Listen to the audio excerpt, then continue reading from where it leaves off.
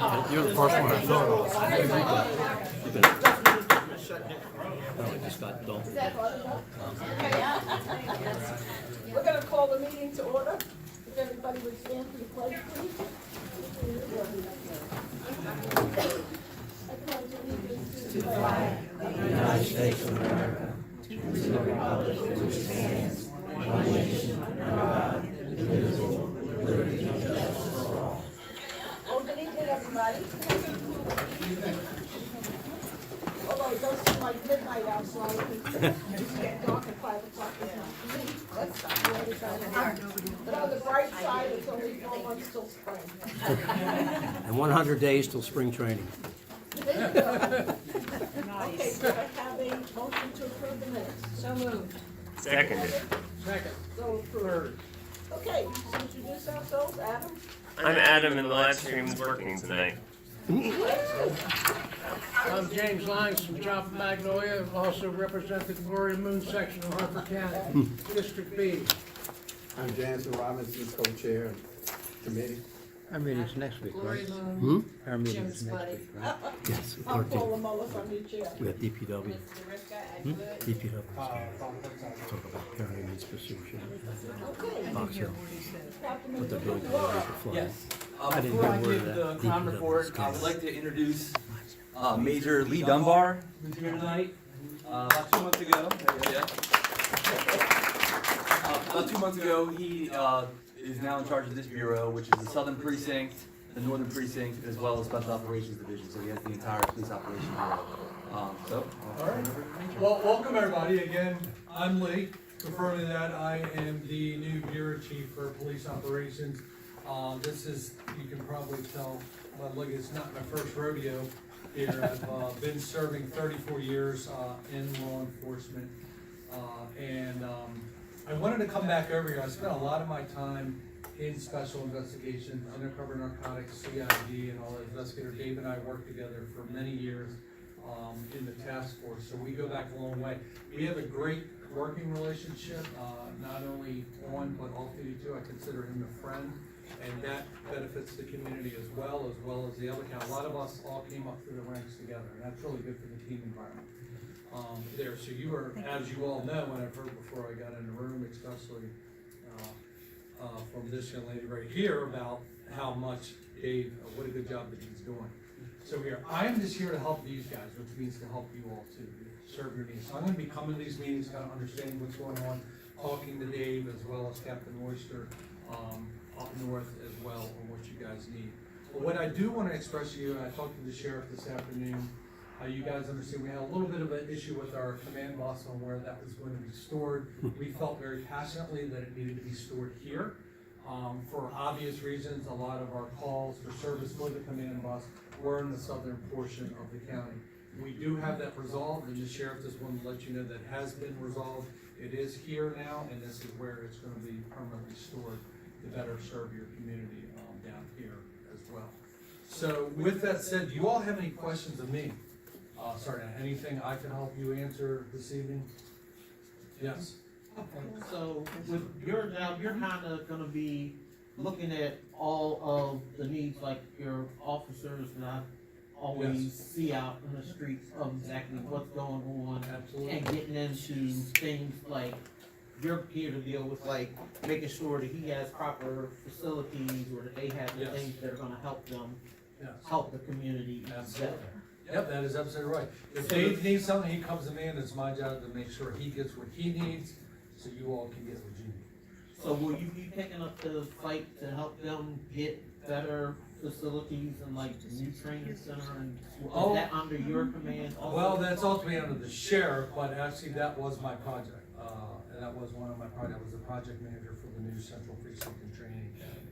So obviously that's very near and dear to me. That's something that we believe would serve your community very well here. And with the amount of calls for service that you guys handle, and Dave understands this, with his manpower allegations, if we had that precinct up and running, we'd be able to run more efficiently there. So yes, that is something that we're going to continually push for. Yeah, because see all your officers, like I told you, the night crew with the Wawa when they're having coffee break, we were talking. So sometimes, yeah, they were saying that sometimes when certain things are going on, they feel a little stretched, Right. especially when they're going up further, up that Abingdon end or having to head towards Bell Camp. And That's so, true. so why do they keep fighting you about being able to do that? Well, that's, yeah, big cover, we don't know. Yeah. So we Yeah, find we don't have it in this pit of money unless everybody in here wants to pay a hell of a lot more taxes. The sheriff's budget has more than doubled in 10 years. Gone from like, it's hugely, hugely. So let's not get into this, it's not the place Yes, for when we it. get to the It's meeting, an opinion. Let's get to the facts. just real quick before you start looking at the, Yeah, the sign-in sheet, folks, if you've already gotten the notice of the meeting, don't give me your email again, okay? Just the new people, because you're on record, I don't get rid of them, it's forever. Okay? That's all. Thank you. Yeah, all right, I'm sorry. But real quick, before I go to the crime report, any other questions for the major while he's here? You guys, again, thank you. Welcome If aboard. you guys need anything, you're in good hands with Dave, just let us know. All right, so, the dates for this crime report is October 2nd to November 2nd, comparing 24 to 25. The top 3 calls to service were the same. Suspicious, check on subjects, and animal complaints, the same both years. Our total calls for service were decreased by 2% down. Our total crashes were down by 17% this year. Our Part 1 crimes are serious crimes. We had no change to homicides and rapes, 0 and then 1 rape. And then we had robberies, we had 2 last year and only 1 this year. Assaults, we had 8 last year, 9 this year. That's the only increase in a crime stat for Part 1 crimes is 1 additional assault. Burglaries were 5 last year compared to 1 this year. Thefts were 43 last year, 32 this year. Auto thefts, 9 versus 7, so we saw a decrease there. And then non-fatal overdoses, we had none, and fatal overdoses, we have 1 for this area the last 30 days. Now, the question came up last month about these thefts and how many of them were shoplifting. We talked a lot about shoplifting last month. Of those 32 thefts, 5 of those were shoplifting calls. Now, the bus stop violation stats that I always report out on, in October of last year, we had 682 confirmed violations. In October of this year, we had 551 confirmed violations, so there's a decrease there. The hotspot report, the analysis, like I talked about before, comes out. It came out today, and for this area, it's those 2 consistent spots. I know we talked about it. The Motel 6 there on Edgewood Road by 24, and then as well as the Hanson Road and Magnolia Road, the 152 Hanson Road connection. They are 2 of our primary hotspots in this area. The other 8, so I think we listed 10 hotspots. The other 8 are all outside of the Edgewood Joppa area, spread out throughout the county. But those hotspots are shared with the guys and girls out there doing enforcement every day to concentrate on those areas, to catch them in person. Because I think we mentioned this, it's 3 points if you're caught in person, and then a $570 fine, alternated to a $250 ticket if you're caught by the automated system. So, and a lot of the questions we had last month, the parking, I've reached out to everybody personally and answered those. The only person I didn't get a hold of was the young lady from Joppatowne, but the vehicle's unregistered off the roadway. And I know, Gloria, you were mentioning the zoning and enforcement. I did look that up, and that is nothing we can do about those vehicles that are parked off the roadway. But Chapter 267, Section 27, there is things the county could do as far as zoning enforcement and to get those cars. I think they have a 6-month window of time where they can have, I believe it's up to either 1 or 2 vehicles at a time, and then after that 6 months it needs to be moved on. So county zoning, if you have that problem in your community, please reach out to them and they can address that for you properly. That is all I have for the crime report. I could take some questions or. Mine isn't urgent. I just was gonna say thank you. Before I even got to my house, that trailer was being moved. Yeah. And I know, one of the HOA people had mentioned that. So Yeah, thank you. yep.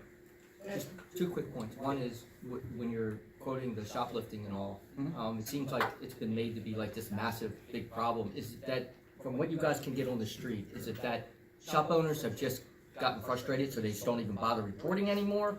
Or do you think that's really an accurate picture of, you know, most of the I know you're never getting 100% of the activity, Yeah. but a high percentage of the activity. So- what you hear on the street. Retail theft is our most consistent crime that we have here in the county. Now, a lot of businesses, their policies and practice, they don't call us. They're not allowed to call us. Some have policies where they can call us once they get past all points of sales. Other businesses have different policies where they call us right away. So there's a huge focus that we have, and it's just that we're working with statewide with other jurisdictions on addressing retail theft, especially those larger scale, like organized crime rings that we've come across. So we're making big strides there. We're trying. The Dollar General here in the Edgewood Village Shopping Center is a huge. We have a lot of issues there. We had a meeting with them last week. I mean, the dollar amount in a year's time that they lost through theft it would make you shake your head. A lot of money. So yes, we're addressing it. We have details organized throughout the county, and we identify those really hotspot stores. And those who are working with us and the LPs, a lot of the deputies out there have the phone numbers of loss prevention folks that work in the stores, and we get phone calls from them, text messages, photos. They share information with us, so when we're arriving to the scene of the theft, we hopefully catch them in the act. So second quick question. Yeah. You have the hotspots and they seem to be consistent. Does that ever get fed back to the Board of Education or whoever owns the bus companies to say maybe we should move that bus drop off to a different spot because obviously something's happening there where people, either it's a busy intersection or high speed. I know coming across Mountain Road one day, I must have stopped 30 times for them to stop at every driveway and drop a kid off. Now I don't run a school bus, but I can see how people might get frustrated. Absolutely. And do something stupid, but do they ever look at that, like rerouting or? Yeah, my counterpart is another captain in this building. His name's Captain Krulak. He oversees the Special Operations Division. He has traffic, and he has this program, the bus stop program, and the bus violation program. So we do talk about these hotspots, and he does have an open line of communication with county transportation. Perfect. Yep. Thanks. I'm just gonna say 2 questions. Do we have any information that we can release to the public about the accident that happened off of 40 yesterday? It was like pretty bad, it like closed off not too far from the Pat's Pizzeria. Okay, that would be state police, the state road. I don't have any information to release. Okay. Yeah. And then my other part was, do you have any tips for us going into the holidays? So as valuables, crime. yes. Yes. And we put a lot of this on social media as well. Stuff you've heard from us before and from me before. And when you're out there shopping, pay attention to your surroundings. And when you go to your vehicle, don't leave bags and things that are visible through the windows because we do see a huge uptick of that. Theft from autos, as well as when you get packages delivered. Make sure you pay attention to. If you have cameras and you're scheduling things. If you get an alert that it's arrived, have a family member or friend if you're not home. Get your packages for you because the things we see a huge spike in is package theft and then obviously theft from autos. I think we should just put empty boxes on our porches, Right. and they won't know which ones are full. Have you seen the videos where there's a group of guys who build these like traps inside the boxes? Yeah. Oh, that is so hilarious. Yeah. We should collectively do that one day. Go ahead, Ron. Just curious, where does the money go from the fines from the buses? Does that just go back to the MBA or the state or? So that's a great question. I don't have I've heard this in meetings and conversations. I just can't remember exactly where the money and how it's funneled. I'm just curious. Yeah, It seems like it's a lot of money that's going somewhere. Yeah. I give you my account number if that'll help you. Yeah. I need your routing number as well as your account number. Last question. Both numbers. Go ahead, last question. I just have a question up here on Mountain Road, right past the Royal Farms. A lot of times the tractor trailers park down the road away. So if you're coming out of Clayton Road, you can't see the traffic coming. Is that legal or not, or is it? Are they there? Are they parking there? Like Going running back into? to the Are they Royal running into the Royal Farms or running around? Okay, because they have diesel gas pumps there at that Royal Farms too, right? Okay, yeah. So I'll look into it and I'll make sure we make contact with Royal Farms, and if it's maybe it's education for the drivers, the tractor trailers. Maybe we could find a better place for them to put their vehicles while they're doing their business there. So yeah, I'll look into it. Either myself or I have somebody from our community policing unit take care of it. Thank you. Yeah, no problem. Okay. Thank you. Thank you all very much. Thank you. So So, Okay, so last month we talked about wanting to have someone from economic development. I want to thank Rob Wagner for being able to get us out speakers. And so I'm pleased to announce that Goel from the Department of Economic Development is here with us this evening.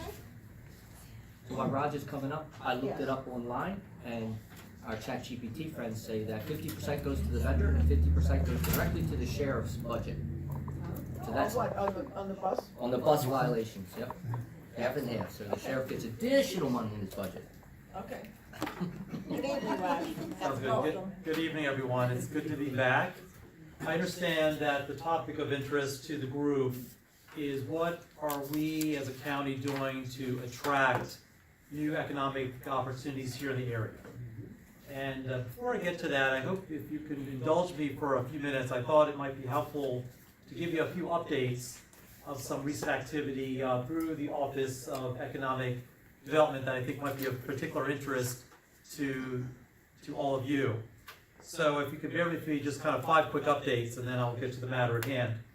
So the first update, and this actually is an outgrowth of the conversations that we have all had, of a desire about having more information for our business community, topics, especially for those in the startup phase of a business, and really giving them all the resources necessary to kind of launch and to grow their business. So we've been having, for the last several months, a monthly business information seminar series, which are hitting on topics that we think would be of interest to the business community. So in the last couple of months, we've hit on things such as government contracting opportunities, we've hit on franchising opportunities, and the next one, and the flyer is on the back table. So our next one will be actually next Thursday. That will be held in the evening, given the feedback that we received from this group, that you have a better sense of getting people to the table if we do an evening event. So this will be on writing business plans and how you can utilize artificial intelligence in that endeavor. So we have, again, a continuation of a monthly series, so that's the next one for next Thursday. And we've been getting really good turnouts, anywhere from 35 to 50 people. So I would encourage you to come if you're in that, have interest, and certainly anything you can do to pass the word among the business and the entrepreneurial community here in the area would be of great interest. So that's the first update I want to provide. The second update is that you have heard that the state had awarded our office a $200,000 grant for the purposes of facade improvements in the Edgewood area. I'm very pleased that we got an overwhelming response to that grant program. We've narrowed down the application, and while we're not able to fund everyone, I think you'll be pleased in the coming months as those facade improvements are made in and around the Edgewood area. And again, we're also fighting to get more money so that way perhaps we can relook at some of the applications that we're not ready for funding. So we're very pleased with that, and we think that you'll see some market improvements up and down Edgewood Road and Route 40. Which begs the question that we recently received is, a lot of the focus was on Edgewood with this facade grant. What about Joppatowne? Part of that endeavor is that there was a certain designation called the Sustainable Community Designation, which was made by the county probably more than 15 to 20 years ago. And there was a certain boundary designation. So as the new administration took over and assumed those boundaries from the past, we're confined to what was done in the past. But having said that, we are looking at an expansion. Typically, those applications come in increments of every 5 years. So we're still another 3 years off before we can do it. But we have actually been engaging with the state to see whether we can make kind of a midterm modification, and we're looking at perhaps expanding that zone to include Joppatowne. The reason that's significant is that if we're successful in that endeavor, there are a number of financial incentives that will spur and are there for redevelopment and revitalization purposes. And we think that some of the vacant properties that have been sitting idle for quite some time, that some of the programs perhaps could incentivize some redevelopment opportunities up and down the Route 40 on the section towards Joppatowne. So, of course, part of that will depend on state funding. Part of it will be whether we can do a midterm, but I will share with the group that we are looking at that, and we've been utilizing that incentive program in Edgewood, hence the Edgewood Facade Grant Program, but if we can expand that beyond the historical boundaries, we think that will be of greater benefit to the whole region. So that's kind of the second update I wanted to share with you. Third update is that we have been very active, as the last time I was here, on doing a lot of site visits and a lot of engagement. You know, of particular note, we had what's called the Business Appreciation Week. That's a state designation where we kind of celebrate the business community. So we have a lot of site visits. A lot of that is based on having milestone businesses that have been here for certain designations, 25, 50, 75, 100. We celebrated a business that had 150 years of history here in Harford County. A particular note, we celebrated 25 years at Mountain Branch. We celebrated again his 25th here in Joppa. We also celebrated 25 years to Classic Team Sports located here in Edgewood. So we had a really good week throughout the county. Again, while we think we have very good feedback as to what businesses are celebrating milestones, certainly if you're aware of any businesses, and this is a celebration we do every year, you know, we oftentimes solicit feedback to make sure that we have all the businesses that are celebrating these very, very auspicious milestone anniversaries. Please make sure that, you know, if you're aware of a business that perhaps we're not, you know, please make sure that we're aware of that, because we like to celebrate. It's a big deal, not only for business to survive 5 or 10 years, but businesses that are here that 25, 50, and beyond. That's a big deal that needs to be celebrated, and to make sure that we, you know, make sure the public is aware, the workforce that's been there historically makes a big difference to our business community. So that's the third update, and then that sort of also dovetails to a lot of the site visits that we've been doing. I'm pleased to say that Secretary Coker, who is the Secretary of the Maryland Department of Commerce, you know, did a site tour in Harford County. We started that morning right here in Joppa at Better Engineering. The county executive also has what's called the Economic Development Advisory Board, a board that consists of business owners that oftentimes provide advice and guidance to the county, you know, not only to our office, but to the county executive. We also had that meeting right here in Joppa at Better Engineering. We now have a new representative from the Maryland Department of Commerce, so whenever there's an opportunity where we need to really lean on our state resources, we have a representative. So we have a new representative that got assigned to us. His name is Tim Murphy. He's been at the Maryland Department of Commerce for many, many years. Really good, strong advocate. So we're very pleased. So we've had him recently come and tour.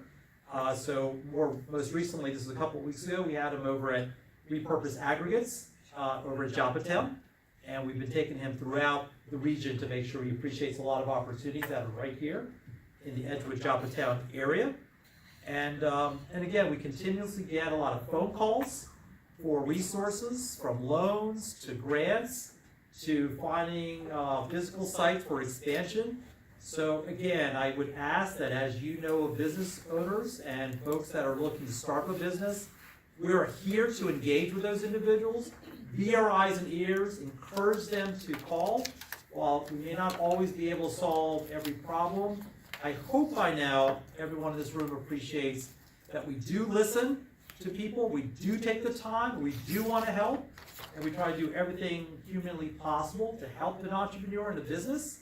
While again, we can't help everyone, we really do try to help. And so again, if you feel otherwise, please make sure you let me know.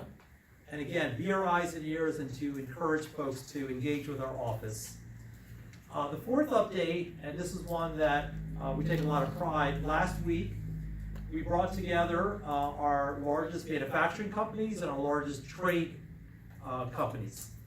So electrical, HVAC, so on and so forth.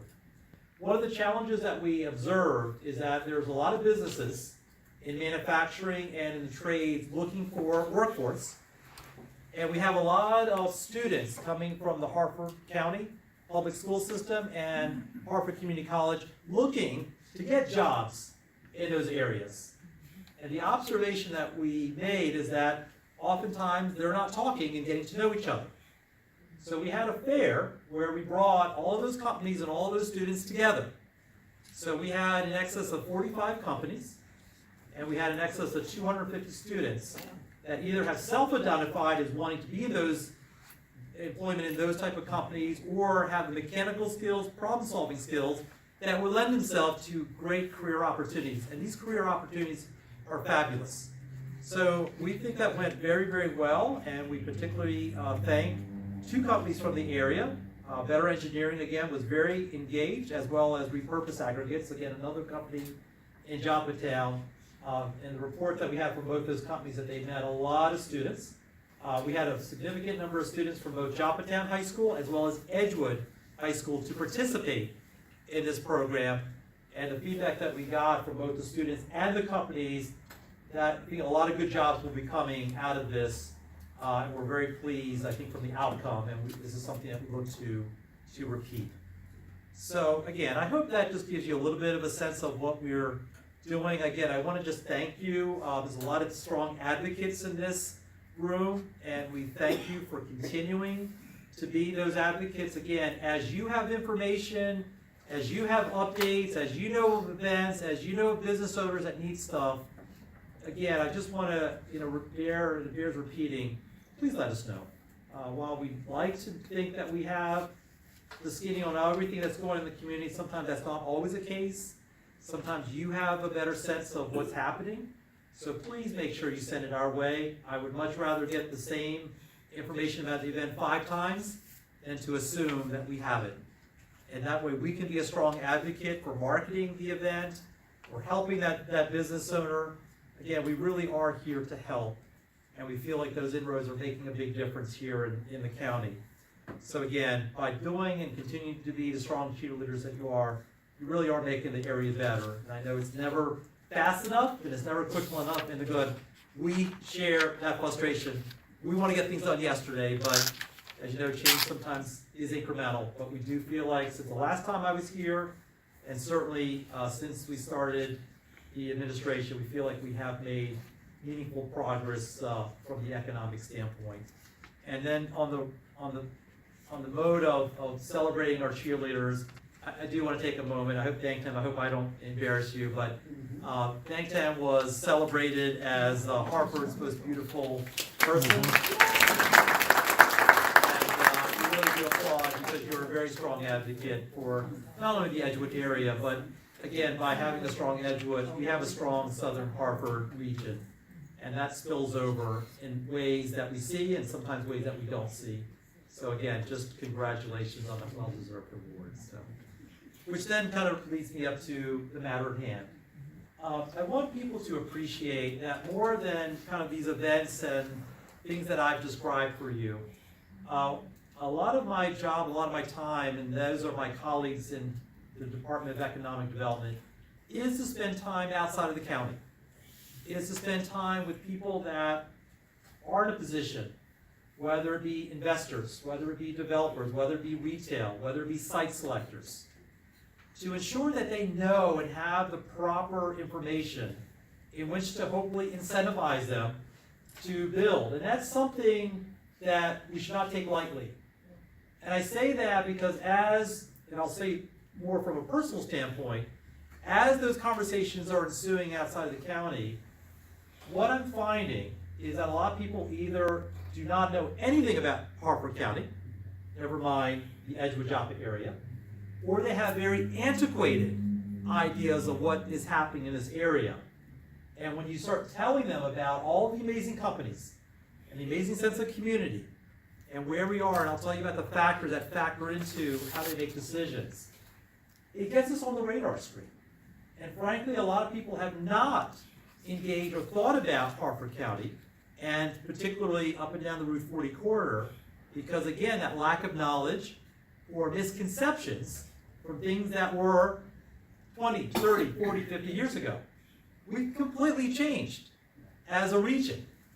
And so as we engage, and we're very active in this, and people are very appreciative, these are well received. Again, while you can have these meetings, it doesn't translate into something tomorrow, there have been very, very tangible conversations and we're getting on the radar screen of a lot of, especially retailers. And so the type of things that really are driving, and I think this is the heart of what the group wanted to talk about, we have an increasing median income in this area. That attracts a lot of retailers. We have increasing, residential growth. So when you talk about our Ridgely's Reserve, as you talk about a Copperplex, when you start telling and explaining them the number of people that are moving in, buying these houses, talking about more than 650,000 people coming in the course of a year for youth sports, that gets people's attention. That's what retailers and companies are really making decisions on. But when it comes beyond retail, thinking about our workforce, you talk about the strength of our school system, not only the public school system, but Harford Community College. And you talk about resources like Susquehanna Workforce Network, giving them hard and fast data, more than just talking and exasperating like all the good things. But we can tell these companies, this is what you need from a workforce, from a skill set. Here's what we have to do. And this is all very data driven. That gets their attention. And then of course, because they're looking for a workforce, they're looking for the intangibles to make sure they have a happy, productive workforce. So things like quality of life, sense of community, sense of education, safety, things to do. And we check off all those boxes in spades. And so, when you start doing that, then the conversation then evolves, you got my attention now. So then the conversations are, tell me where the spaces are. Tell me what's vacant. And so the other aspect of it is we spend a lot of time locally talking to commercial property owners, ones that perhaps have never thought about any potential development opportunities. What are you thinking about your property? And a lot of times it's sort of out of sight, out of mind. They haven't thought about it. And sometimes, not always, you get someone to think, well, look, if you find the right person that's willing to engage and willing to maybe make a deal with me, I'll listen to them. I'm not going to actively seek out a sale. But if you find someone, so that's where if you left those conversations unvetted, things will just continue. And we'll sit here 5, 6, 7, 8 years from now, and it'll be exactly the same thing. But we really are trying to be very proactive in trying to bring the right folks to come in, to perhaps acquire, perhaps co-develop, lease, and try to incentivize. And that's where we have our partners at the state level. We really scour grants, we scour loans. Again, back to that sustainable community designation, that's why it's important. Because if we have a property that's outside of that designation and we can get it inside that designation, it may open up low interest loans that might make it more palatable for a developer to come in and take something that's literally just sitting there falling apart, dilapidated, and bringing new life to increase our tax base. So that's sort of the name of the game. The proactivity, making sure the story is being told, making sure we bring people together, and really, kind of pushing the needle. And that's really what we've been doing and will continue to do. And again, we have the best opportunities literally up and down the Route 40 corridor, right here in Edgewood, Joppa. And that's why redevelopment and reuse and fill-in is such important. And as you're starting to get small victories, we're hoping that the market takes over. And you've got a great stock of housing, you've got a great sense of community. And that cannot be underestimated. And that's why these type of engagements are so important. So let me stop at that note. I hope that gives some great insights on what we're trying to do. Welcome any questions. And Let's go with that. go from there. Okay, so first of all, one comment before I make a question. And this is for all of you. There's no one in the Harford County government who has listened to me whine and complain more than this man. He is the most patient and responsive person that I've ever talked to in county government, and I want to say that publicly before I have my questions. Here it comes. One time, actually, real quick, one time I called him, and he called me back, and he was like, sorry, it took me a while to call you. I'm currently in India. So that was, you were never to call me back from India. You should just be there. What I'm hoping to find from this, and it doesn't have to be tonight if you're not prepared to do it, but I would love to know, you said everything's data-driven. I want to know what the data show for Joppatowne and Edgewood, and I'm very excited about some of the opportunities that are coming to Edgewood. The Cordish-owned shopping center has replaced Big Lots with another brand very quickly. 7 Brew Coffee is coming to that shopping center. But in the Cordish-owned shopping center in Joppatowne, like there may be dead bodies in some of those stores that have not been found for 10 years. And so I want to know what the data is that's different between Joppa and Edgewood versus maybe some other parts in the county. And then I think what the data shows, it gives us an opportunity to then say, okay, this is what we as a community need to work on. Here's what we as a community need to embrace. Here are the actionable steps to make this a reality, to partner with you. Because I think sometimes Harford County, the government, outside of you, seems to have like a secret plan that they don't want to tell anybody, that if we knew it, we would work towards it and work for you and with you so that you can work for us and with us. Does that make sense? Yeah, it does. And there's no, I promise you, there's no secret plan in anything. At least not in your department. And no dead bodies that you know of. There's no dead bodies that I'm aware of, I can assure you. When I do talk to, retailers and potential placements, and we do talk about Joppatowne Shopping Plaza. Some of the challenges, like more recently, is that it's in too close in proximity to some of the retailers that have locations in White Marsh. So a lot of times, what I'm getting jammed up on is that a lot of retailers need to have certain distances from each other. So that's what's kind of hurt a couple deals. They want to come around this area. So when you get closer to Edgewood, it's just far enough that, but not always. Even there, I sometimes get jammed up. And then sometimes it's about co-location. So as you get certain retailers, they want to be close by. So that's why it kind of feeds upon itself.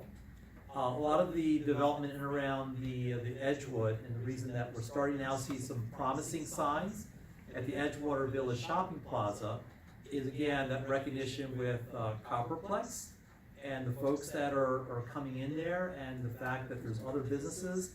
It's a snowball effect. That's really how businesses are making decisions.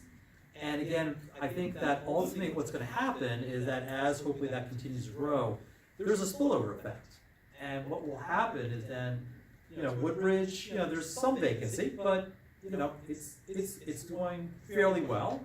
And then hopefully we'll then start spilling over to the Joppatowne Shopping Plaza. But that's sort of the how it's going. And again, that's why I think as we look at maybe grant opportunities for some revitalization, and we take some of the parcels that have been sorely dilapidated, if we can get one, and the name of the game is like, if you get one or two, you start building that momentum. So I think we're starting to get it over in Edgewood, and if we can do a little bit here, and that's where that sustainable community designation becomes important. And as we work with our state partners, hopefully we can do that, and then you almost have kind of a bookending effect, and it really starts taking over. And that's kind of what some of the things that we've been hitting. Well, if I may make one quick suggestion, and I know some things were outside of the government's control, and I know that things were done poorly, but the glimmer of hope that we had for the 2 weeks that the North Bay Marina was operating in full swing, I think a lot of people were looking at that as this could be the thing that, maybe not our Copperplex, but something like it, where this excites people to come to our community. And it wasn't your department, but there were certain departments that acted very quickly to quash it. I understand why, in part, but if we could work as fervently to get them in compliance and get them up again, I think that that's something that could really help. No doubt. I think the marina, and then some of the investments in Mariner Park, and having like even just kayaking, and we were trying to, that's an asset. I mean, really, we agreed. I mean, I think obviously there's a process and there's ways that have to be done, and we want to get that going, because that is a real asset to the community. The location. It's a fabulous, area. The housing. I mean, you got some really strong housing stock, and those are the assets that we really think can kind of play on, so. Okay, Ron? Oh, I'm Yeah. sorry. You wanna go ahead? Yeah, are there any plans to bring like an urgent care or something like that into the Joppatowne area for people that don't have transportation, can't get up into the other areas? Yeah, we have. Something like that. Yeah, I appreciate, one of the things we've been monitoring, and this is on Edgewood Road, is the Rite Aid. With Rite Aid going, and bankruptcy. Right. CVS is assumed, a number of leases throughout the country, one of them being the location here on Edgewood Road. Trying to get confirmation, I've been reaching out to the, property owner, still have not gotten, responsiveness, so I see Councilman, Robert, and she and I have been in close, communication about this, because it's important, to get confirmation that the CVS will come in. So for prescriptions and, for minor medical, I know it's not, your question is in the Joppatowne area. Right. Yeah, I've not seen anyone that's willing to, that has approached, from that standpoint, and I know there used to be some, Woodbridge that used to have the University of Maryland, Right. so. Well, that's why I think it'd be a good idea maybe to look Yeah. at that. Well, and here's some, There's a lot of empty spaces in the Joppatowne Plaza. Yeah. Yes. They have to- and there's also a lot of elderly people that don't have transportation Even that could probably walk to or get there a lot easier. and here's a makeshift answer until we can get something more Right, permanent. I understand. As I go to different communities, even just having, healthcare days where we can bring the mobile, through the University of Maryland, MedStar. If there's opportunities at churches and community centers, again, not a perfect solution, but if things like that would be of help, that's where government can be very helpful. Have strong partnerships throughout, and so we've had opportunities to bring, whether it be for job training, whether it be to get jobs, healthcare, other resources, especially in time of need. Right. Like, if that helps, I know there's a lot of folks here that are doing that, but if something's lacking, call us, and we'll see what we can put together, at least as to get some basic health care for the citizens in this area that are not mobile and could utilize that. So if that would be of help, I'd like to throw that on the table until we can find maybe a more permanent solution for some of the vacancies. Thank you. Good idea. Lori? Yeah, I was, the celebrations that you were talking about, where would I find a list of them? All the corporations that I yeah. They've could been all look over around? We did. No, I mean, there's a list somewhere.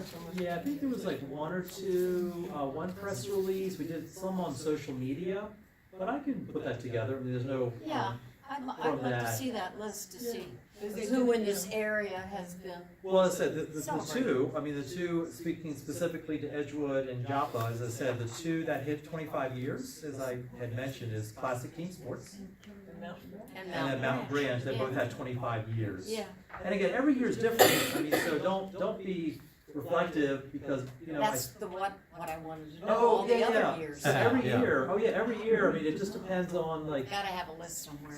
well, every year is different. Some years we'll have more here, and some years will be more in Bel Air, and some years will be up in the up county. So every year is just, it's a different, so it just happened to be that there's two.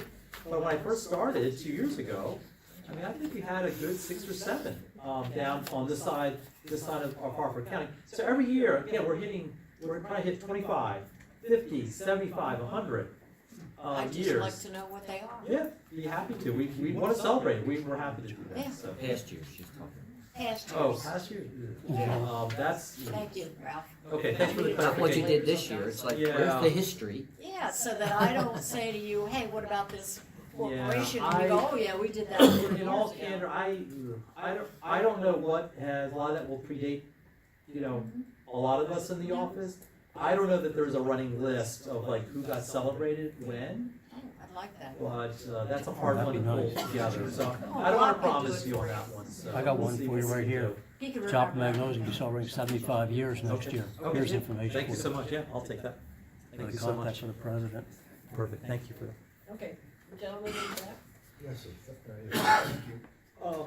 There seems to be a lot of discussion about having businesses that serve the community, and that they're looking, essentially to transfer dollars and keep those dollars moving within that community. what are we doing in terms of trying to attract businesses that would attract other people from outside the community in and bring those dollars with them? When you take a look and when you take a look at the avenue at White Marsh, or what's been happening in Hamden and Canton and those kinds of areas that seem to bring in all kinds of other people who don't necessarily live in that neighborhood. They pump down some dollars and leave, and those dollars stay in that neighborhood.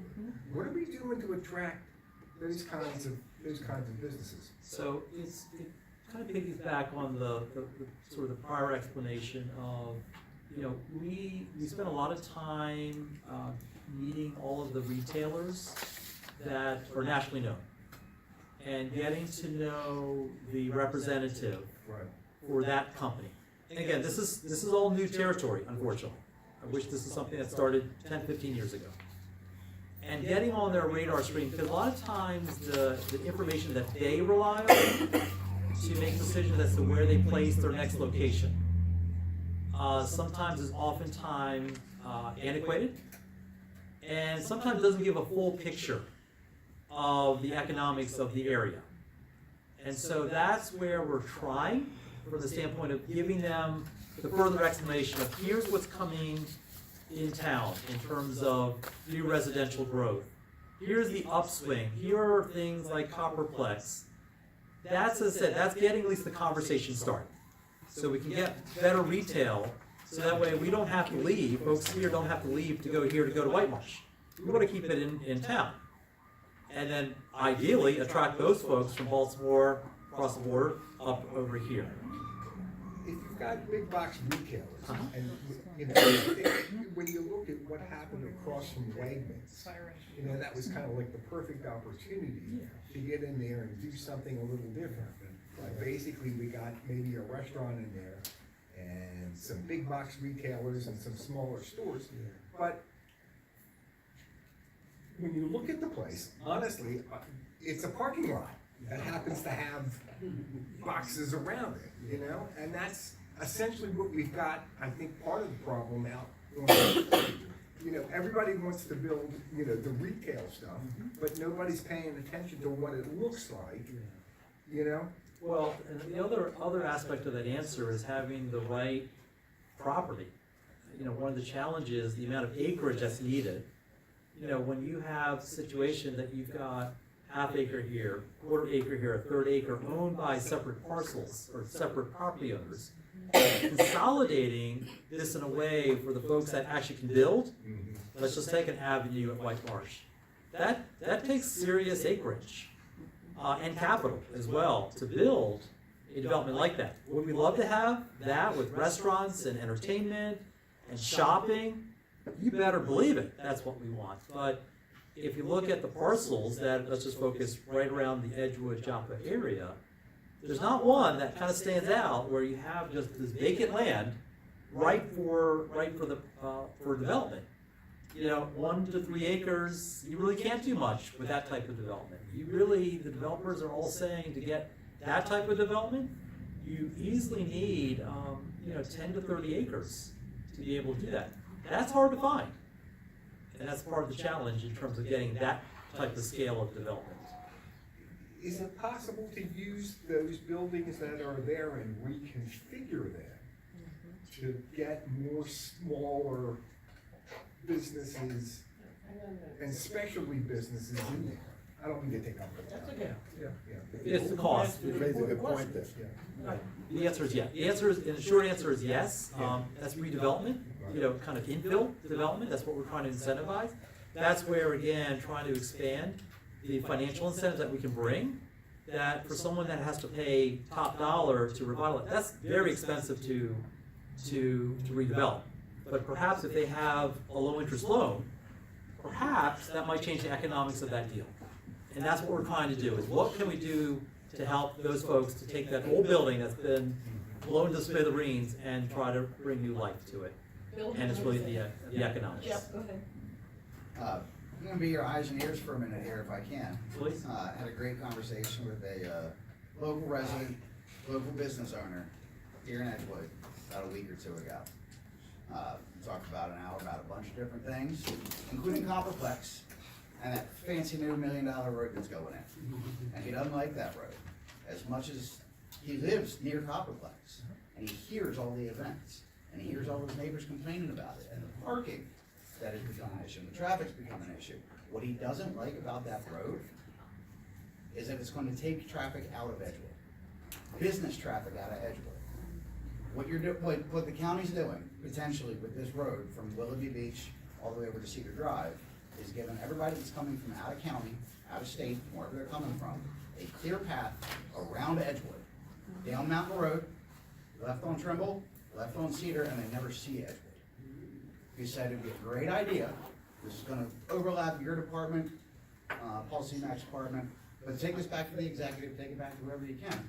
Put a sign up. When you're coming out of that new road, out of Cedar Drive, onto Willoughby Beach Road, put a sign up that says, Edgewood local businesses, turn left, and send them back into town, so that they can spend that money from out of county and out of state right here. Let me add, I just met with the owner of Copperplex, to that point of how do you promote local restaurants, attractions, and things to do in and around Edgewood. The one thing that was clearly missing is that the tournament operators, okay, these are the ones that have the attention and the communications with the folks that actually are coming into town, is that there is a lack of communication by them about all of the amenities that we have. We feel like that's now been rectified. So now coming for the new season, which of course the season's now over, that all these tournament operators now will have digital assets in which to promote, everything from activities when there's a lot of downtime, when you're waiting between games, or you have other children that are just bored out of their mind, to restaurants. And we feel like that should change not only will that change, but that's why the facade grant is so important. So a lot of the changes, as they drive in and around, they start seeing, things being spruced up. We think it's going to be much more attractive, and people are going to be wanting and willing, because one, they know, and two, it's more presentable than it was in the past. We feel that that's really going to help and have an uptick in new business for local retailers, because these families want and they need. And it's just a matter of getting it. Sometimes it's good old-fashioned communication. And that we feel like we'll rectify it next year. We feel like there'll be some meaningful change there. Hang on a second. Bill, you had a question, and then last question up here. Go ahead, Bill. I'll be quick. Have you talked to anybody about a maker center? So when you say a maker center, you're talking almost like to help a startup business create. Yes, sir. So we have one that's being created more on the technology side. This will be in Aberdeen, the Converge Center, to really develop biomanufacturing and additive manufacturing. So that's sort of the, in that way. So that's really more, I would say, a first time really to kind of build it out in the way that it needs to be, more than just here's a place to operate, good luck, but the resources necessary to ensure the success of the entrepreneur. I was thinking if you got the better engineering and you got the recycling, aggregate recycling. Repurpose and you got the aggregates. meeting with those guys. Those guys are gonna need kids, and some of the kids are gonna want business and have to learn something. Yeah. So, that's why, that really was the hallmark of that they were not able to meet the kids, and the kids who would really benefit from these, and there really are amazing jobs. We're kind of doing it more in, like that event last Thursday, of bringing them together so they can do career exploration. Plus, we're now, because as communications now are open, we're bringing those companies into the schools and giving opportunities. So makerspace and kind of what you're describing, there's a little bit of a, but if there's a student that is entrepreneurial and that has the entrepreneurial spirit, while we don't have a maker space, there may be some other ways that we can at least help them launch their business without having a true maker space. But again, going back to if you're trying to bring the students and the companies together, I think having those lines of communication between the school systems and the companies which actually has not really been as strong as it needed to be.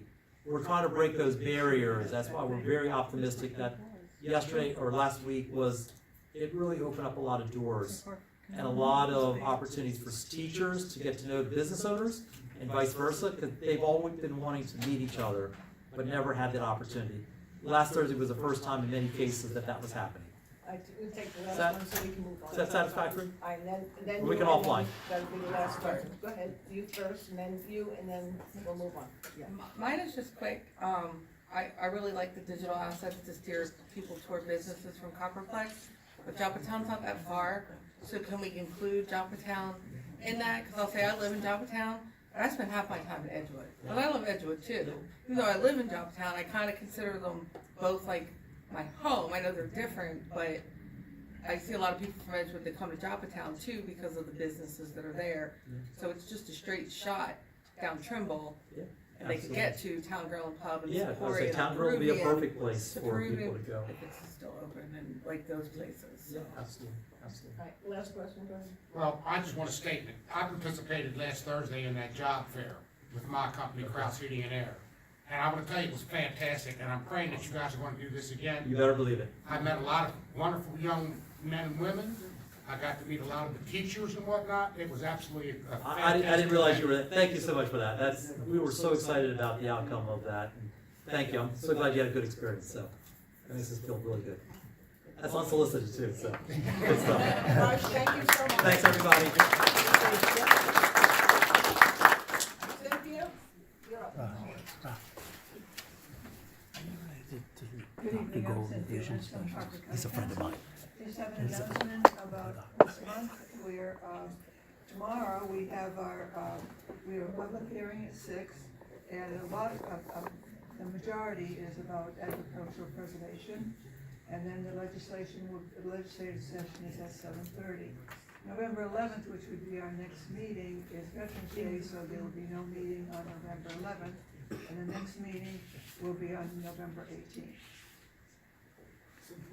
Thank you, Cynthia. You're welcome. Excellent. All right, Mr. Radner. County updates?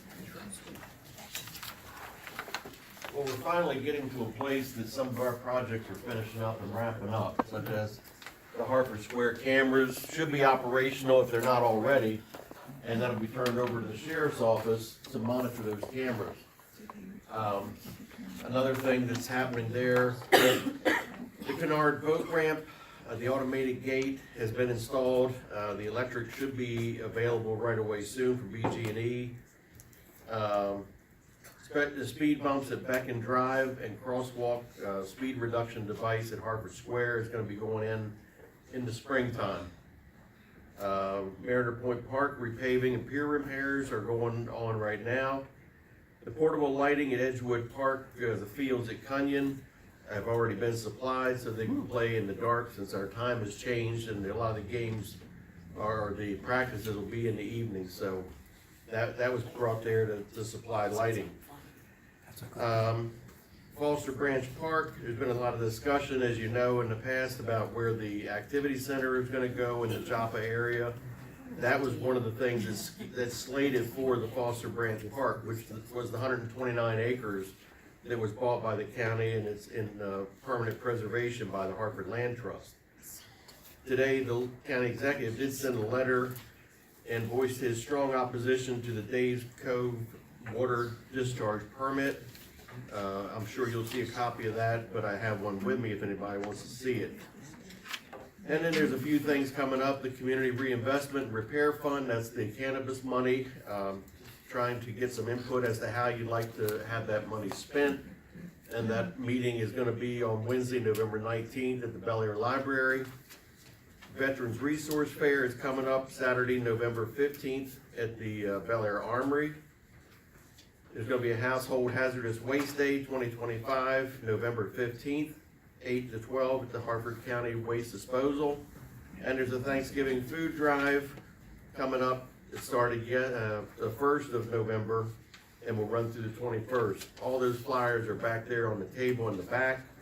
And if there's anything I can answer for you this evening, fire away. Sure. Foster Branch Park, in addition to the community center, is supposed to be a park. What's going on with the development of that? Like, shouldn't we be talking about what it's gonna look like, walking trails, things like that by now? Trails and fields are another thing that is gonna be going in there, so yeah, that's coming up. Okay. It's still being talked about and discussed, but yes, there'll be a lot of community involvement. Sure. As Raj says, things don't happen fast. Right. Aberdeen Activity Center is probably somewhere in the range of 6 years out from when it was nearly ready to go. So we're still talking about that one. But I think the thing that I'm curious about is like, I'm really glad that the county has bought that land, but like, if that discussion is happening, shouldn't it be happening with people in this room? And it will be brought here. Okay. Anybody else? No one else has that. Real quick, A, thanks for the piers being replaced in Mariner Point. B, last month I asked about the pier near the buoy, and they didn't know when that was gonna happen. Is that part of the same operation? Yeah, what number is that one?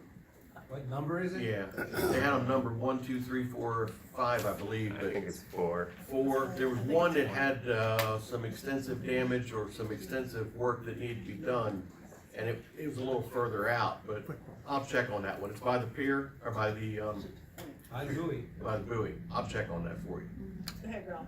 Yeah, so two, Rob. One is, can the county create a list of projects that, I know we don't have all the funds in the world, right? We're Right. respectful of that.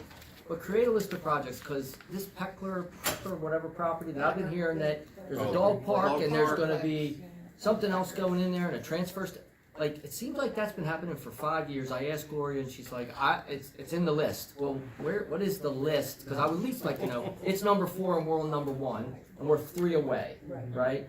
So that's one request. The second is this, and this is just as I've talked, and tonight it came up again, so I'm bringing it up to you because I saw this great hazardous waste drop-off. Right. If I wanna drive 50 minutes Right. all the way out to get rid of a can of spray paint, because I can't go to Days Cove. So here's my beef.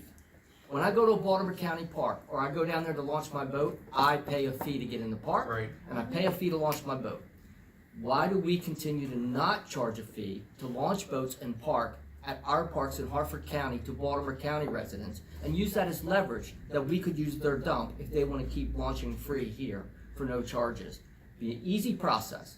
I'm a county payer when I pay my property tax or whatever. You hand me a sticker, I put it on my car, I park for free, I launch for free. Baltimore County guy doesn't get it, just like they use your license at the dump. You come here, you're from a different county, you pay. And we put that money to use in the parks. Do something with it. But it's just, I feel like we're taken advantage of to some degree. Right. So, it's Okay. just a beef, All right. nothing for you to do, but you take that message I'll take back, it I back. appreciate it. Thank you. Right here, ma'am? Quick comment, thank you, for our 2-year project for the lights, thank you for getting it up, it started right here in this room, so, from Harvard Square, saying thank you for that, and answering our calls, and I'll follow up. Thank you. Anybody else? All All right, right. thank you, Rob. Thank you. I want to say thank you to Rob because he's been terrific in getting speakers for us. In fact, I think next month we have Department of Transportation coming. Correct. Good job. So, State Department? Rob, is it the State Department or?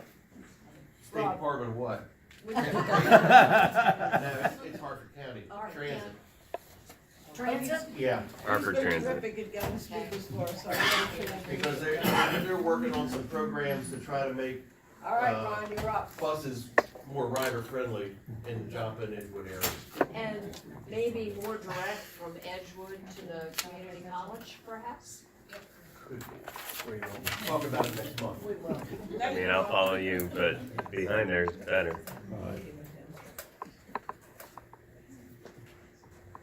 Good evening. Sorry about last month, a little mix up, but I'm back. Quite a bit to cover because we didn't cover last time. Just to let you know, I had LASIK surgery. I'm still adjusting. My eyes are still adjusting to distance. I can actually see the clock now, but I do need readers still. But anyway, here we go. Couple flyers, that back on the back. Very important. It's that time of year. If you listen to the weather forecast, depending on who you listen to, next week might be a little bit dicey. might see some first flakes. It's not gonna stick, it's not gonna last, but you might see some. Talk about winter fires. Kerosene heaters and wood stoves and fireplaces. There's a flyer back there in black and white, it's not called like this one.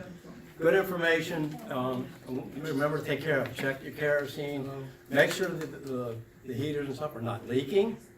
Wood stoves and fireplaces. If you're burning a wood stove in your house or a pellet stove, make sure you have a CO alarm, make sure the batteries were changed. Everybody should have changed their batteries a couple days ago, hopefully. Why would I? I have a 10-year battery. Well, if you don't have a 10-year battery, you're good. That's even better. You don't have to, but if you do have it, make sure you're changing your batteries if you have to change them. I'm still getting calls.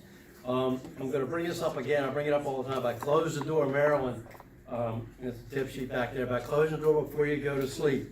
It's very important because if there is a fire and your smoke alarms go off in your house and you go and your door's closed, you feel the door with the back of your hand. If it's warm, don't open it.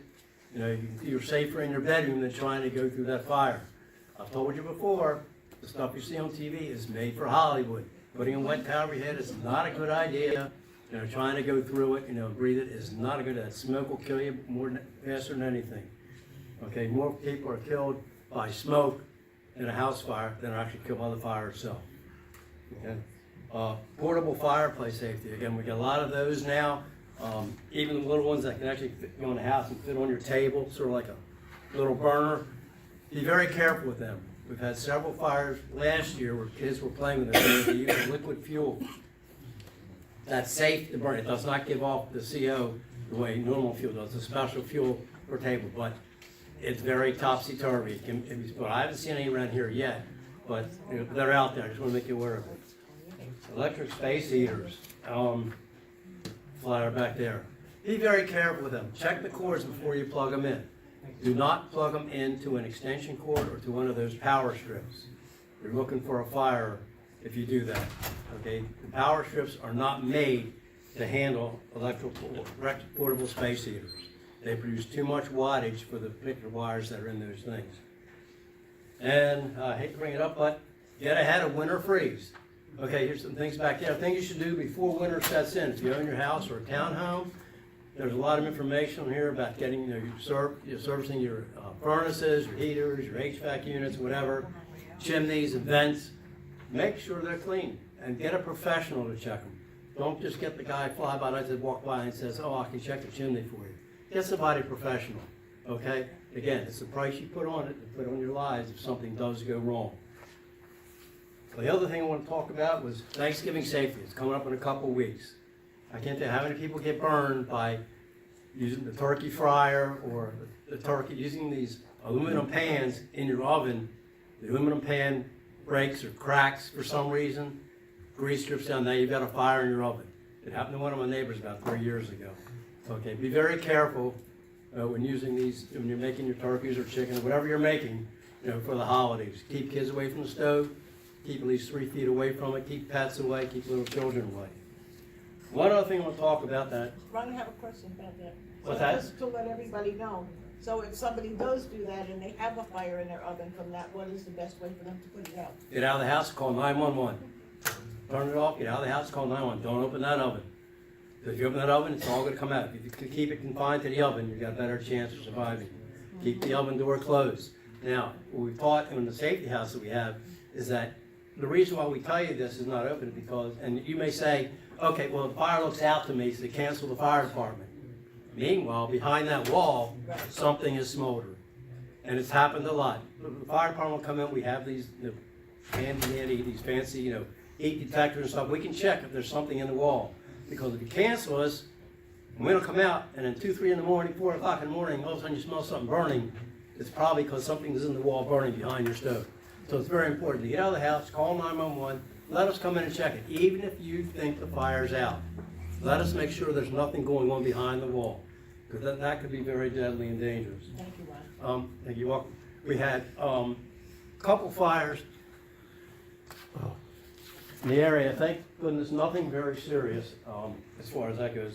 There was one in Grafton Lane up in Bel Air. I wanted to talk about that because it was a garage fire, a 90 Mustang. All of a sudden, the engine caught fire. It's still unknown why. But caught fire, but $150,000 damage to the house in the garage. Not Amy an Drive. electric car, huh? What's that? Not an electric car. No, it wasn't an electric car, that's right, it was not an electric car. I got, my last thing we'll talk about is an electric car. I just came over the wire. I knew you were going to. Amy Drive, $500,000 damage. They had coals on the grill, dumped them out. They dumped them right next to a wood pile. Guess what? The wood pile caught fire, caught up the house, $500,000 damage to the house. Make sure coals, if you're dumping coal, make sure the thing is non-porous and that it's out. Soak it real well. And the last one we had, it goes back to September, on Kennard Avenue down here. It was a pretty big fire. That was about $350,000 damage. That was an appliance. People had one of these dehydrators that they had started in the morning. Apparently it malfunctioned while it was working, about 6 o'clock in the morning. Smoke alarms saved people from both the Amy Drive and the Kennard Avenue. They were able to hear the smoke alarm and get out of the house and know that smoke alarm worked. The one up in Grafton Lane was also smoke alarms alerted the people to something going on before they were able to smell it. Smoke alarms save lives. They do that. Talk about electric cars, okay? And I hope I got enough time to do this. Tonight, over in Texas, there was a picture of it looks like these Humpty dumpsters, large one, water boiling out of it. Fire department sitting around it. There was an electric car in there, it didn't say what kind, electric car in there that was put in there 3 days ago. It rekindled, even though it's covered with water. The fire started back up again in the water, and I wish I'd show it to you, but it's online, but if you look on my website, you can probably see it on there, because I did save it, and I forwarded it to a few people. But very important, these electric cars can be very dangerous. I'm not saying they are very dangerous, that's not what I'm saying. They can be very dangerous. The fires don't always go out. It's what they call a thermal runaway. I was at a conference a couple weeks ago, and they talked about this thermal runaway, which, the first few batteries may not make it, may look like they're out, but they're pushing the heat going on, and they're going to keep on burning, keep on burning. Okay, so it's very important. If you have an electric car, just keep an eye on it, watch the plug, The laws in most states now, you can't even park them in garages now. There's high-rise garages, and if the tow companies are towing them, wherever they tow them to, they have to have 50 feet plus clearance all around the vehicle in case it decides to rekindle. Any questions for me? I'd like to keep it short and sweet tonight. A lot going on. We got winter fire. There's a possible, lake effect snow next week. Again, it is what it is. Yes, sir. Yeah, I got a question just concerning home fire extinguisher.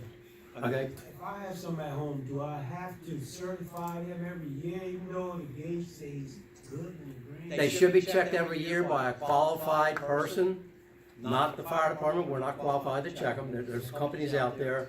I don't want to name any because I only know one, and I don't want to give them publicity. There are several of them out there that will come out and check it for you for a few bucks and make sure they're proper. I think after 10 years, I believe most of them should be replaced, just like your smoke alarms. Okay, they're good to have around. Make sure you know how to use it. Make sure you know where it is, should you need to use it. That's very important. We've set fire where people have them, but they forgot where they were when the alarm went off and when the fire happened. So it's just one of those things. But yes, have it certified, checked at least once a year. Any questions? Yes.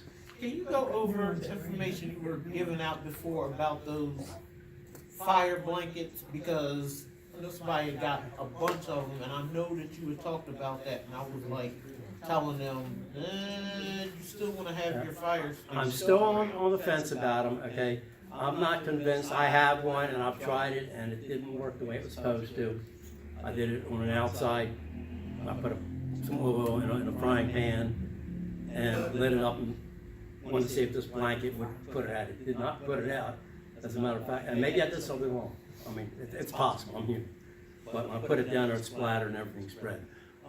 There's mixed feelings about it. I can tell you the fire marshal in the state of Maryland does not particularly like them at this point.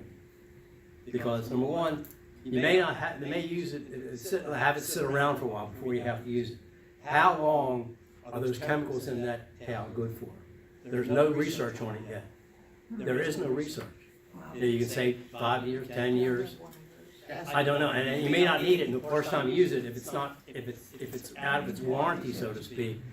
That's the part that I couldn't remember, because apparently they had them on sale for like 12 something at the Gabe's or somewhere, and I was telling her, I was like, that doesn't make sense. If it's got the proper chemicals and stuff in it, look at how much your fire extinguishers are. Right, and So you her gotta be plan was careful. to get rid of the fire extinguisher, to not replace the one in the basement, and to use those blankets, and all I could remember was, no, the man at the fire department said something about them. No, and if they were on sale, they were on sale for a reason, because they obviously didn't sell. Now, Exactly.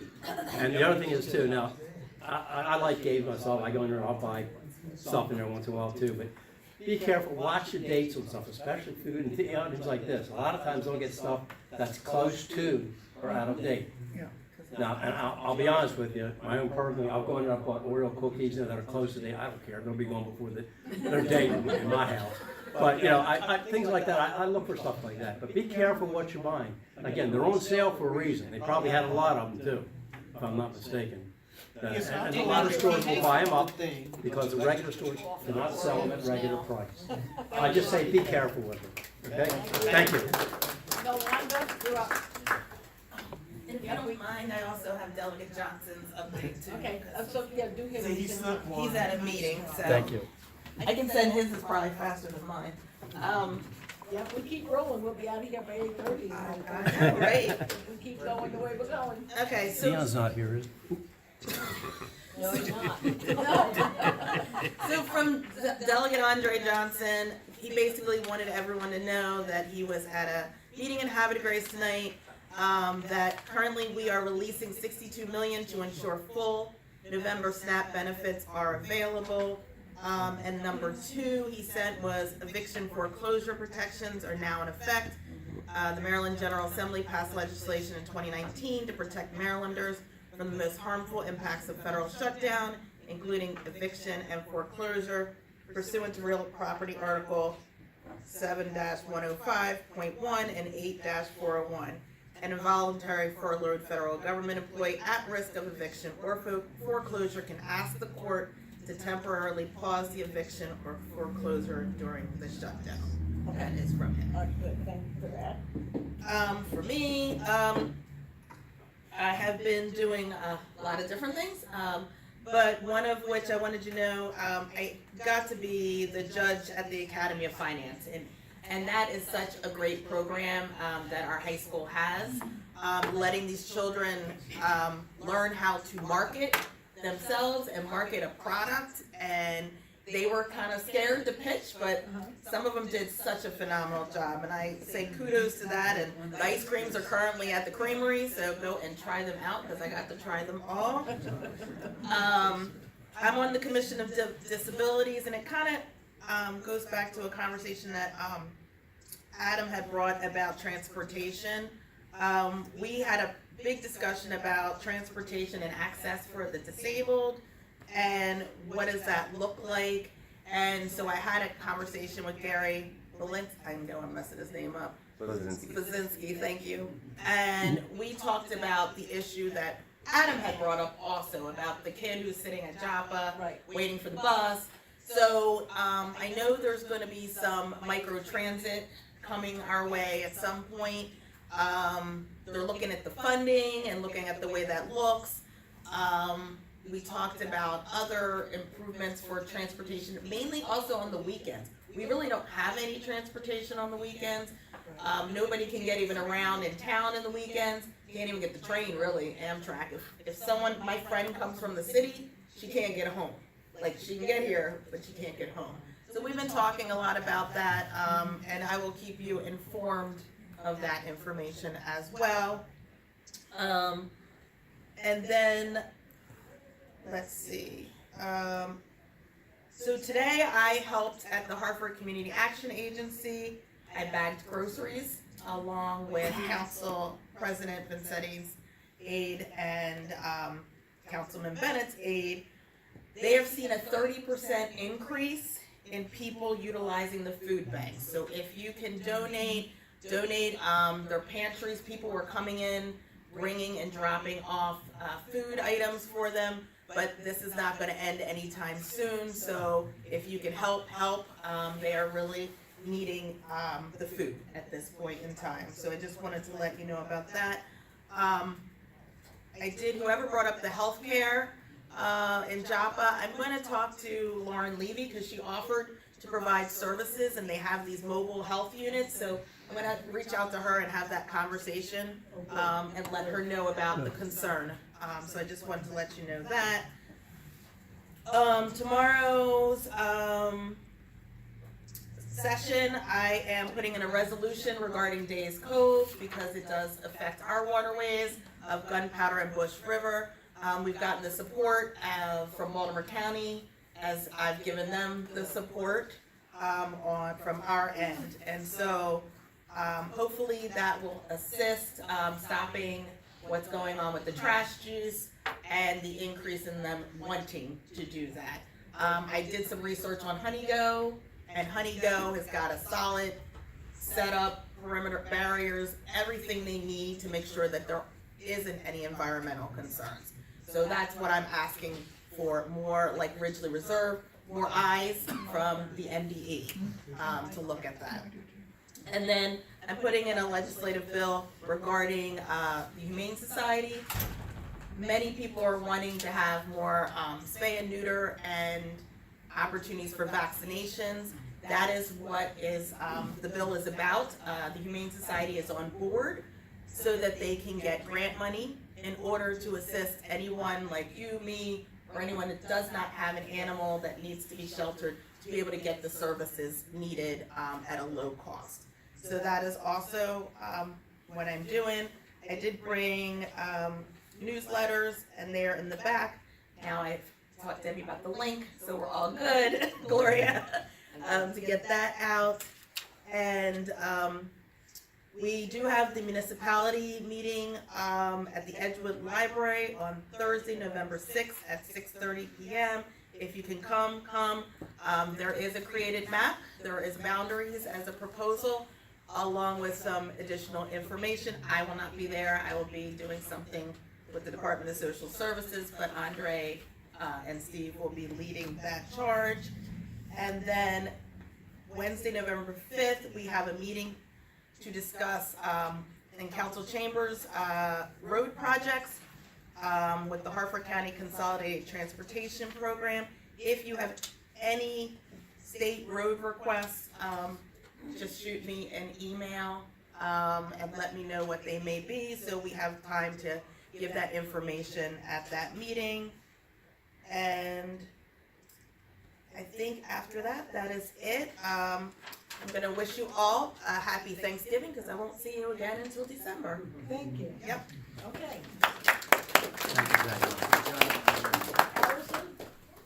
Good job. My glasses. Grab my glasses. All right, good evening, everyone. So I just have a couple of updates. Over the summertime, I spent a lot of time talking to the State Highway Association because, as many of you know, there's a ton of congestion going on 152. The traffic study came back and said that they agreed there's a problem.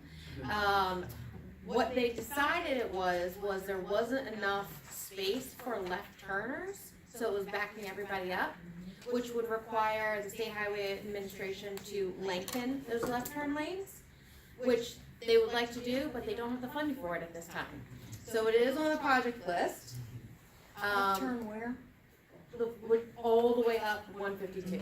Oh, you mean a center lane? No, so when people are making those left turns at like traffic lights, there's not enough lane for them to funnel into, so it's backing everybody up. Right, so they would have a center lane. All the way up 152, all the way up to Crossroads. To go on to 95 or?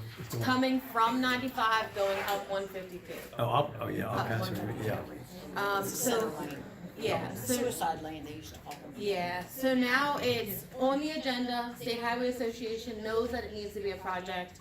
They just don't have it for this funding cycle.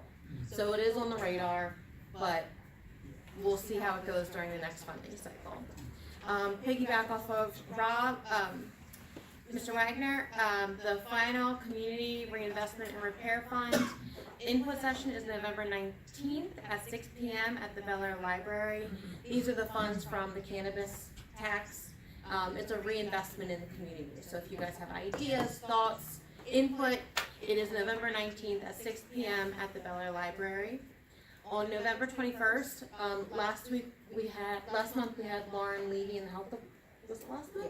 Yeah. Lauren Levy in the health department here. I'm sorry, I feel like October has been like the longest month ever. And they talked a little bit about the We Matter Youth Symposium for middle and high school age girls. That is occurring on November 21st at the Y in Abington. They already had 90 girls signed up last week. Wow. So it is looking to be a pretty substantial event. Then so as agricultural preservation, there was 41.3 acres off of Clayton Road in Joppa that recently got confirmed into agricultural preservation for the county. Which is a pretty good chunk of land, so. Yeah, there's a couple around there. Yeah, and then, so two other things. It feels like Thanksgiving is creeping up fast. I'm going to challenge each of you to have in mind the list of the shop small businesses that you're going to shop at the Saturday after Thanksgiving. It is Shop Small Saturday. We've talked a lot in this meeting about, supporting local businesses, encouraging people to come down to this area. So have a plan, know what shops you're going to shop small at. And then finally, I was able to attend a National Guard deployment ceremony this month, where about 200 National Guards, men and women from this area, were actually deployed.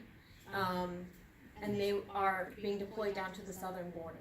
So I just encourage you to keep them in your thoughts and prayers, and if you know any of their family members or loved ones, just make sure they have all the support they need. Questions? Mrs. Boyd. You were talking about the solar farms. Yes. One of them is in our area, Old Joppa Road. And I do know the property, and I just find it really awful that you have something that massive without a community input meeting, without a DAC meeting, without notifying the neighborhood. And I'd like to see legislation that when these big projects come up, they are required to let the neighborhood know. And I definitely agree. What they've been able to skirt around with is they only have to notify the houses within 300 feet of it. And they have not, just the houses, Yeah. is what you're saying, but not the properties. Because I know a property owner that was not notified, he abuts that property, but his house does not. I'll look back and It's not right. Yeah, no, I agree. It's an investment in his property, so it's probably an amendment to the legislation that we need to do. Well, yeah, and we need, I don't think we even have legislation for that. There's gotta be something out there. I'm not sure if it's I think through the so. state or through the county, but they're following some type of expectation to notify, because trust me, they wouldn't if they didn't need to. So, okay. I had heard about this solar farm on Joppa Road. Where on Joppa Road? Which farm is it? It's right by Whitaker Mill Road, Okay. and it's the sharp turn. They already had the flagging up, like 2 weeks ago. Okay, so it's between Mountain Road and Bel Air Road? Yeah.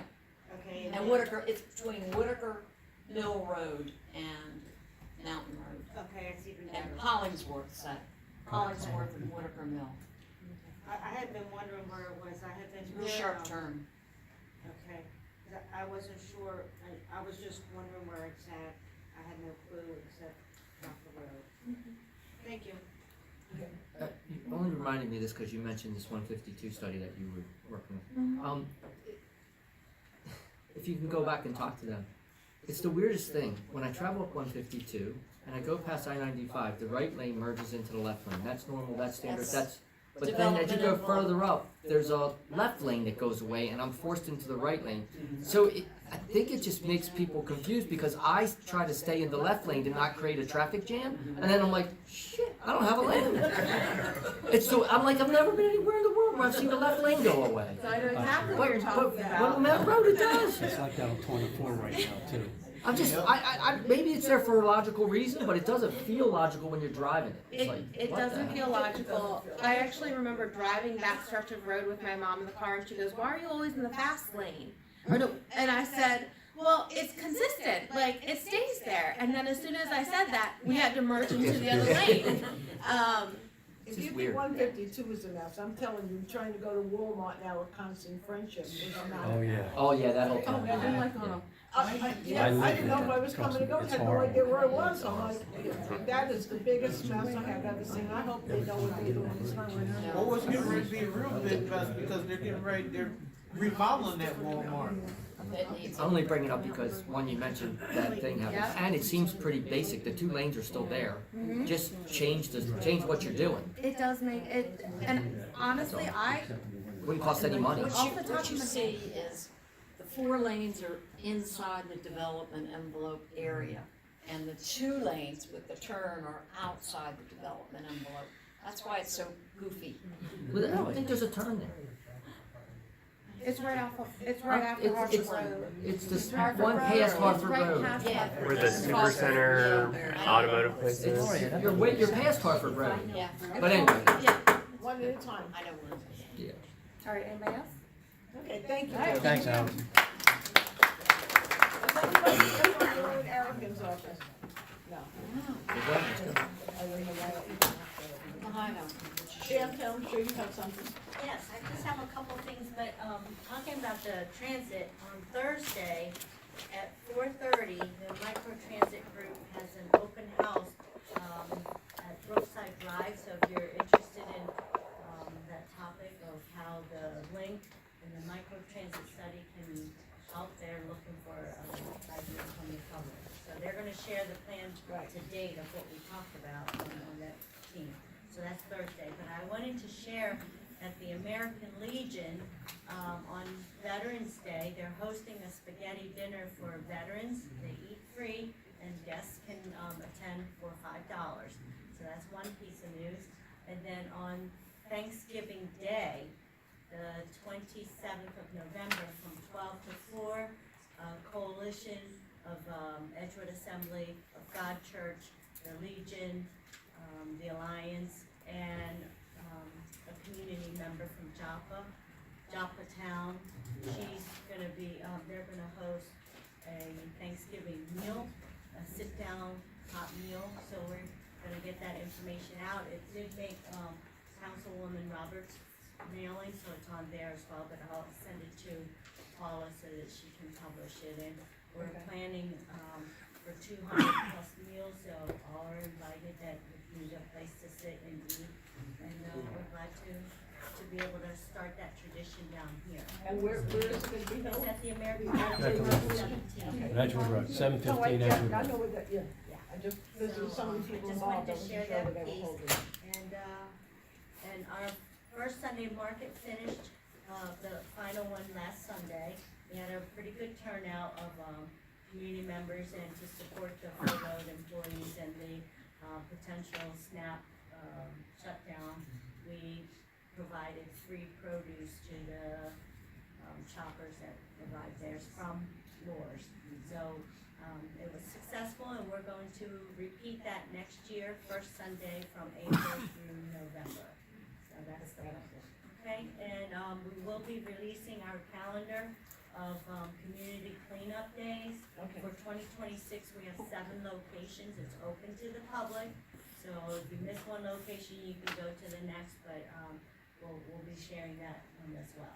Okay, that's it. No, thank you. Yeah. Okay. Adam? Oh, man. Okay, hang on.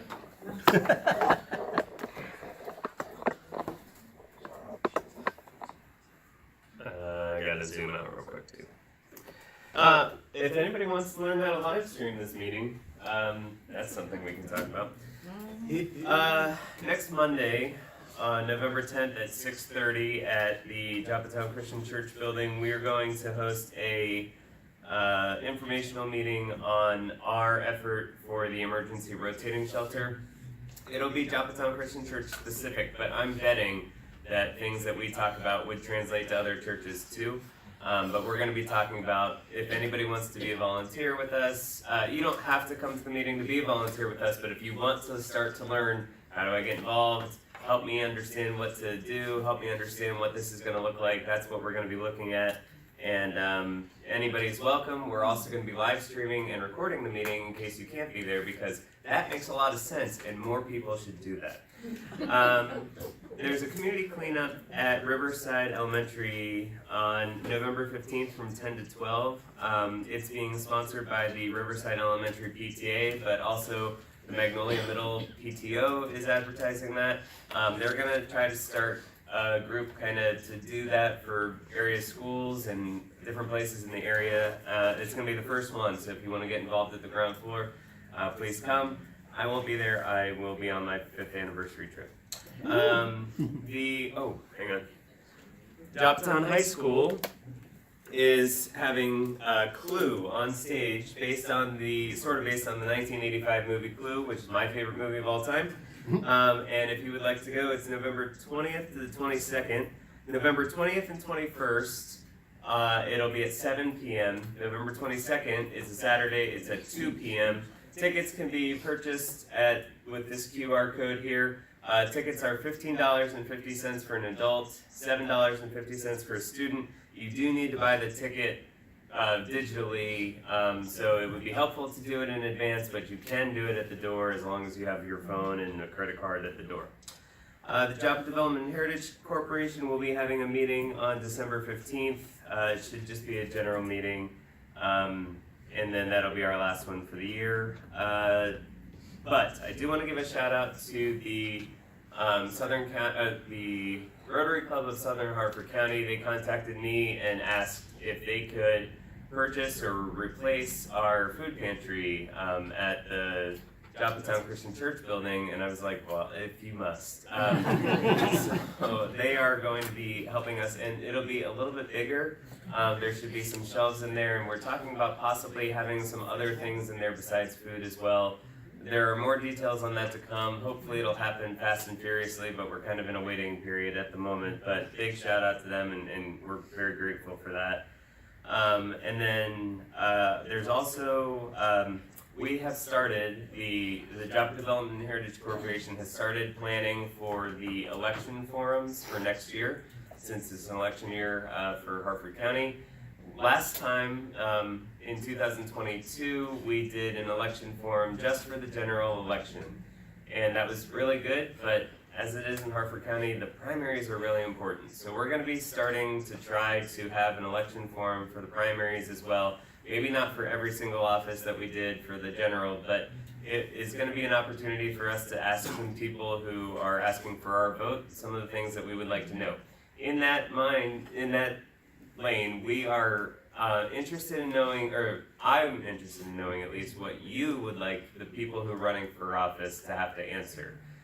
So there will be a formal call for questions and things like that, but at the moment, just start that mindset percolating, because it would be helpful for us to know what to ask. And if anybody wants to be involved in that, please let me know, because it's a pretty big undertaking, but I'm happy to have you help. And we are going to do it for District A candidates, and I'm open to doing it for District B candidates as well, but it's awkward because our church building is so far into District A that it makes little sense for that to happen. So if there is anybody in District B that would like to host it and live stream it and so on and so forth, I'd be happy to talk to an organization that wanted to do that. Last thing, I am planning to, I tried to get out of doing the holiday lights thing, but it doesn't look like I'm going to be able to drop it entirely. But if anybody would like to come alongside me this year to maybe take it over in years future, or if you know somebody who's like all about holiday lights and really wants that to be a thing, I got yelled at for not doing the Halloween thing, so please let me know. Progress, just two things, remind people, no cooking turkeys, cold turkeys in a pot of oil and dropping it in there. I guarantee you'll be calling the fire department. The second thing, go on with the fire blanket idea of covering it, same way with a pot of food on the stove. cover it. Don't uncover it to see if it's out. And then you go outside and call 911 to make sure nothing else more serious. Don't uncover it again, because I guarantee you'll get a surprise. So, that's it. Thank you, Gloria? I'll pass. Okay, I just wanna thank hang on a sec. Just wanna thank everybody, and we had a lot of questions tonight about transit. So save them for next month, because Harford Transit will be here, and hopefully we can, present our problems and issues, and maybe we can get some answers. All right, go ahead. I just want to let everybody know with the Lions Club and Joppatowne Rec Council Lion Club, we're taking orders for our luminaires. You can just go search Joppatowne Lions Club and purchase your luminaires online for Christmas. That's Light Joppatowne up, let Santa know right where he's going. And on that same note, the Joppatowne Rec Council will be having our second annual Winters Fest, December 13th from 2 to 6 at Mariner Point Park. Hi, speaking of Joppatowne, my name is Carmen Arulis. I've been a resident of Harford County since 1990. I have 11 grandkids, born and raised here in Harford County. 7 boys, which all went through a football program. They all played some kind of sport in one capacity or another. My reason for here is I'm advocating for the boys of the Joppatowne U14 football team. They were eligible to make it to the playoffs this year, but the executive board of the league decided not to. So I have a little thing here that says, I'm writing to express my deep concern and disappointment regarding the decision to exclude the under 14 Joppatowne boys football team from this season's playoffs due to a miscommunication or disconnect between the coaches and the league president. As both a grandmother and a team mom, and I'm proud of that title. Okay. Former team. I have witnessed firsthand the dedication, discipline, and heart these boys have poured into every practices and game. They have earned their place in the playoffs through hard work, teamwork, perseverance. To deny them the opportunity because of an adult-level administrative error is not only unfair, it's disheartening. This decision punishes the children for something entirely out of their control. It sends a message that their efforts and achievements can be dismissed due to mistakes made by others. Furthermore, many parents have invested significant time, energy, and financial resources to support their children's participation in this league. They deserve transparency, fairness, and accountability. I respectfully urge you to reconsider the action. These boys deserve to compete. They deserve to be celebrated for their accomplishments. They deserve to know that the adults in charge are willing to do what's right for them. Please show some compassion. This isn't about punishing coaches or correcting protocol. It's about doing the right by the children who trusted this league to give them a fair chance. So I encourage, I don't know if this is the right forum, but being in the military, I go through my chain of command. I sent this letter to the president of the board, crickets. I got no response. So I saw this, I Googled this. I never knew that you guys had a town hall meeting that once a month, so I told myself I'm gonna take the opportunity to come and give you a situational awareness, as we say in the military, okay? And of course, going back to the young man, sir, I didn't get your name? Roger? Raj. He was talking about economic growth, okay? He also made a comment about sports bringing in more people through youth sports. But if we continue to do business in the Parks and League, like they're doing now, I mean, we're not supporting the youth of Harford County or the parents. So I don't know, I mean, Danny's here. He knows what I'm talking about. So I don't know if it's too late for them to reconsider. It is? Okay. So it's too late to reconsider to have the boys go to the playoffs, but for future reference, my youngest grandson plays for Joppatowne. This is his last year, and he was heartbroken. He's played for me for 5 years. 5 years. And he is so heartbroken that they didn't go to the playoffs.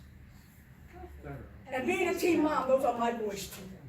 Okay, they're my boys, so I'm hurt as well.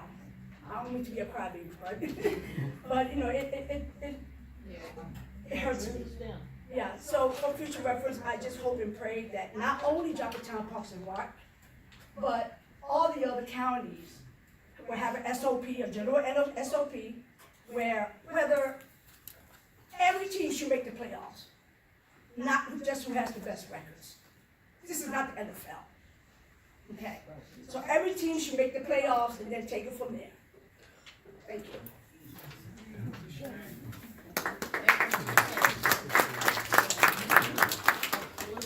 All right, well, I don't have much, just happy Thanksgiving to everybody, be safe and every other holiday.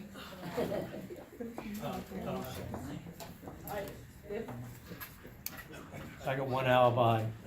It just came over the news. Tesla is recalling 27 million vehicles because, let me tell you what's happening here. Apparently, when the voltage gets below 12 volts DC, your doors don't open. Kids are being locked in cars. And it's the one, I'm sorry, it's, my glasses on. 2021 Tesla Y model vehicles are the main ones. So there's my point about electric vehicles, about things that can go bump in the night. I just got the email, so. If there's nothing else, I'm gonna wish everybody also, go ahead, Bill. I just want to, I kind of missed the Lions presentation, but we need to get Harford County Council back executive and Palmer County on the Days Cove landfill to keep our waters clean. That's tomorrow night. What's the go? Doing a resolution tomorrow. Resolution, we have a number on it yet? Suggestion. No. We do, but I don't have it on me. But it's a resolution tomorrow and. If you're sending in a request to speak early, resolution on Days Cove, is good enough? Yep. Okay. It's on the legislative session already, it's already up on the county website. All right, and everybody have a safe and happy Thanksgiving, and we'll see you next month. We are adjourned. It is 8:21. All right. Program with fire smoking lunch. Most of my children are dead, so I have to buy